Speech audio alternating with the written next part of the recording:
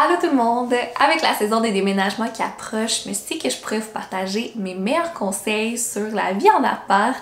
Mais j'ai essayé de préparer tout ça, puis c'était tellement tout croche, je savais comme pas par où commencer, puis j'ai fini par me dire que je devrais peut-être y aller avec ce que je fais de mieux, c'est-à-dire une story time, vous raconter mon expérience du tout début jusqu'à aujourd'hui, puis les conseils vont venir un peu tout seuls parce que vous allez voir qu'il y a bien des choses que j'aurais pu faire différemment.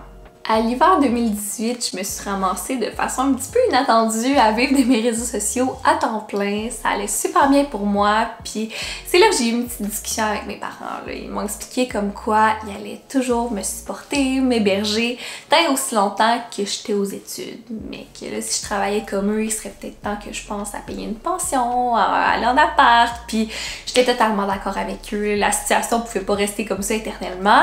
Fait que c'est un peu ça qui m'a poussée à faire le grand saut à Montréal parce que j'étais comme, tant qu'à aller en appart, aussi bien que ça vaille la peine, que je découvre des nouvelles opportunités, que je vais faire des nouveaux contacts, etc. Puis je tripais sur la ville aussi, fait que ça faisait bien du sens. Mon plus gros projet pour cette année, c'est de déménager à Montréal en juillet. Je capote!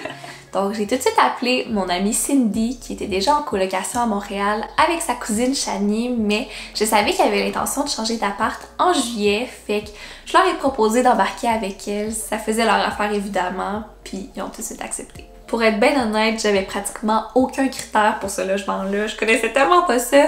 Tout ce que je voulais, c'était une chambre assez grande pour pouvoir ranger mes spotlights. J'étais prête à payer plus cher que les filles pour avoir la plus grande.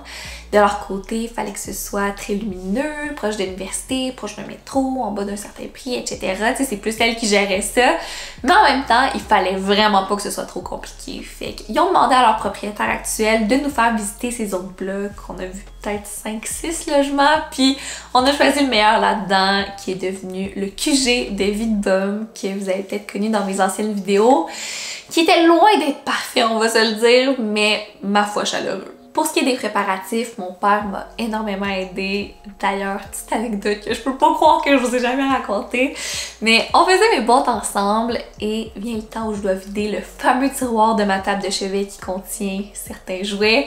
Fait que je fais ça discrètement, je mets ça dans un petit sac, cache le petit sac au fond d'une boîte, ferme la boîte, amène la boîte au salon et je vous niaise pas. La boîte se met à shaker, là, en entier. Elle est en train de vibrer. Je suis comme, oh mon dieu, je louche, je fouille là-dedans, mais je l'avais cachée tellement profond que je suis même pas capable de l'atteindre. Fait que là, je pars avec la boîte. Mon père est bien crampé. Moi, j'ai le goût de me cacher 6 pieds sous terre, là, sans joke. Mais bon, le déménagement s'est super bien déroulé malgré la canicule à Montréal. Puis ça, c'en est un conseil concret, ok? L'air climatisé, ce n'est pas un luxe, c'est bel et bien une nécessité. Maudit qu'on a eu chaud cette nuit, hein? Incroyable! Ça a pas de bon sens, ça paraît déjà dans ma face. Mais j'en reviens pas à quel point j'étais de bonne humeur, même pas un peu nostalgique, même pas un peu triste. Puis j'admire tellement la naïveté que j'avais parce que si j'avais su ce qui m'attendait, ça aurait été des adieux beaucoup plus difficiles, mettons. J'ai toujours su que j'étais privilégiée, que mes parents me gâtaient beaucoup, très reconnaissante de ça, mais c'est vraiment juste en appart que j'ai eu la claque d'en face ultime, là. Mon père m'a toujours traitée comme sa princesse, tu sais.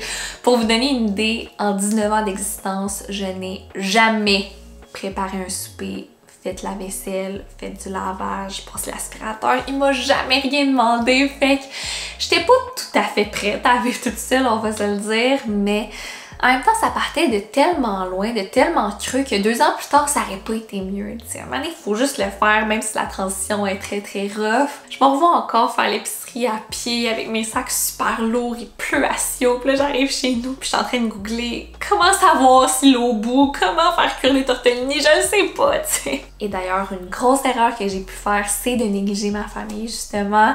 Je vais toujours m'en rappeler, une fois je voulais faire du spaghetti, ce qui est assez banal, mais oh mon Dieu, il reste plus de sauce à spag à ma mère.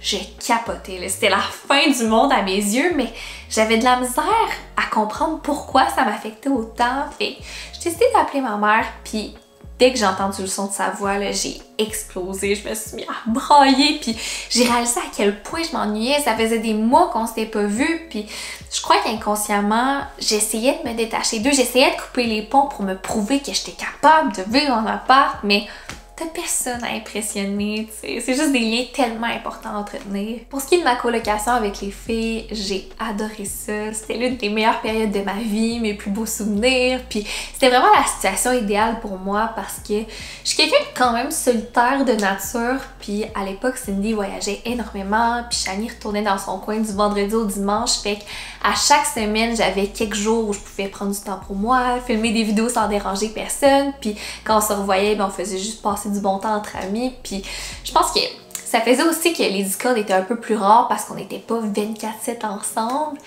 La seule petite chicane que je me rappelle concrètement, c'est quand j'ai emprunté des vêtements à Cindy sans lui demander la permission. Puis je repense, je ferais jamais ça, tu sais. Mais on dirait que quand t'es coloc, à un certain point, tu te sens tellement proche, t'as quasiment l'impression que c'est ta sœur, que c'est pas grave, mais non, c'est pas ta sœur. T'aimerais pas se cafouiller dans tes affaires quand t'es pas là, tu sais.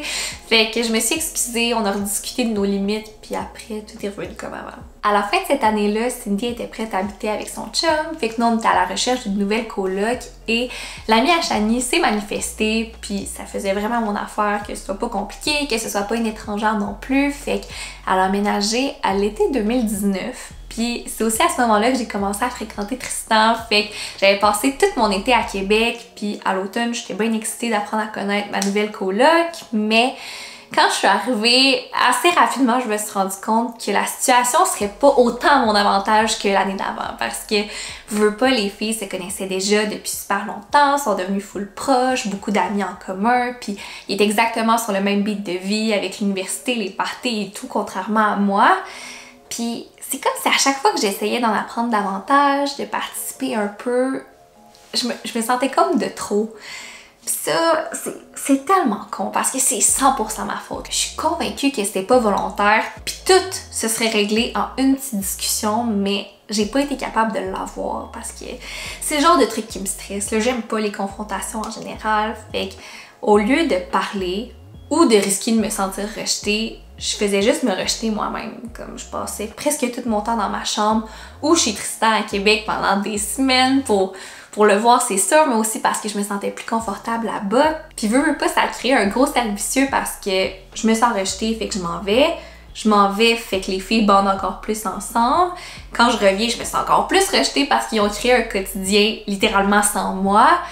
Fait que c'était pas génial. Puis ma nouvelle coloc était vraiment plus sociable que moi. Puis c'est un peu drôle à dire parce que je me considère quand même sociable. Comme si vous me croisez là, dans un bar, dans un parc, peu importe, je suis toujours contente de jaser, mais chez nous, c'est tellement différent, c'est mon cocon, j'aime ça, me promener en robe de chambre, les cheveux mouillés, puis pas stresser sur qui je vais croiser, mais c'était rendu qu'il y avait beaucoup de pré-drinks chez nous, quelques fois par semaine, j'étais rarement mis au courant, puis là, la cuisine était en bordel pendant quelques jours, fait que je suis devenue, là, petty, là, c'était gênant, là, genre, ah ouais, tu laisses le plancher sale de même, ben moi, je voudrais même pas la poubelle qui déborde. Ce sera comme ça, tu sais. J'étais rendue vraiment désagréable, puis là, les tensions se faisaient ressentir, puis même moi qui déteste la confrontation, j'étais comme, ok, là, ça a pas de bon sens, faut s'asseoir, faut parler, faut que je recommence du début, tu sais. Puis c'est fou, là, mais du moment que je me suis dit, je suis prête, la prochaine fois que je les vois, j'en parle, la COVID a hit, je suis allée chez Tristan, puis je les ai plus jamais revus.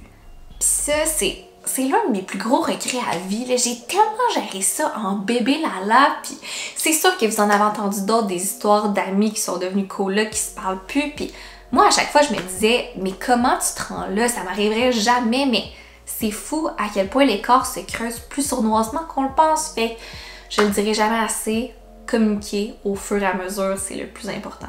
Heureusement pour Tristan et moi, quand la COVID a été annoncée, nos visites étaient déjà toutes faites, on avait notre bail de signé, mais ça avait été un sacré shit show, là, parce que cette fois-ci, j'en avais des critères, lui aussi, fait que ça nous prenait un 4,5 rénové, pas meublé, disponible pour juin ou juillet, à 1400 $ et moins, à moins de 10 minutes à pied de la ligne de métro verte, avec l'entrée laveuse sécheuse, avec l'entrée lave-vaisselle, avec un stationnement, avec la belle luminosité sur une rue pas trop passante. Oh. On va se le dire, c'est le genre de critères que beaucoup de gens ont, fait que la compétition est féroce, là. Mes conseils par rapport à ça, ce serait de premièrement être extrêmement persévérant, d'en visiter là, à la tonnes. De notre côté, on les a toutes trouvées sur Kijiji ou Facebook Market. Deuxièmement, ne pas s'attacher à aucun logement avant d'être 100% convaincu que c'est le tien parce que ça fait vraiment de la peine. Je vous cacherai pas, j'ai pleuré pas mal parce que je suis genre à me faire des scénarios. Quand j'allais le visiter, j'étais comme ok ouais ça c'est chez nous. Puis je le voulais tellement, puis quand on se faisait dire non, oh, ça me déchirait. Et troisièmement, d'être flexible sur ses critères parce que c'est pas vrai que les 10 sont aussi importants les uns que les autres. Puis des fois, il faut en faire des concessions.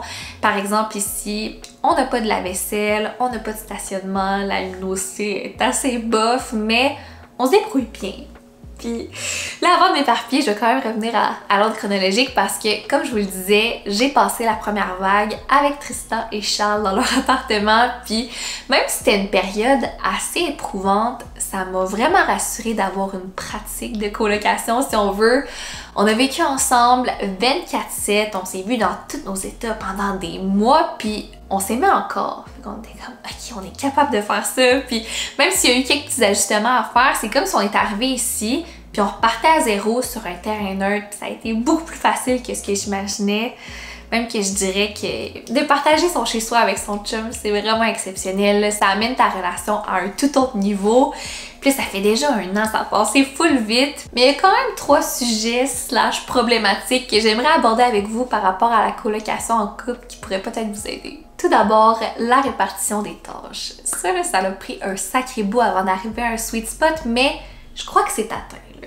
L'affaire, c'est que, comme vous le savez, je travaille de la maison, fait que c'est bien plus facile pour moi de faire du ménage, de commencer le souper et tout. Puis pendant longtemps, j'étais comme frustrée. J'étais comme, il me semble que c'est moi qui fais tout, il n'y a pas d'initiative, nanana, tu sais. Le film de Jennifer Aniston, c'était moi tout craché. You just said that you want me to help you do the dishes. I want you to want to do the dishes. Why would I want to do dishes? Why? See, that's my whole point. J'ai fini par comprendre que Colin, ça ne tentera jamais de faire du ménage. C'est quelque chose de super abstrait pour lui aussi, mais ce qui fonctionne, c'est quand il y a une tâche attitrée. Puis que s'il fait pas cette tâche-là, il y a une conséquence directe sur notre quotidien. Okay? Je vais vous donner quelques exemples. Admettons qu'il ne déplace pas l'auto à temps, ben on va avoir une contravention. Fait que ça, c'est sa tâche. Mais si le bain est taché, il s'en fout. Ça, c'est ma tâche. S'il fait pas de lavage, ben là, la semaine prochaine, il n'y aura pas de vêtements propres. Fait que ça, c'est sa tâche. Mais si le plancher est poussiéreux, il s'en rend pas compte. Ça, c'est ma tâche.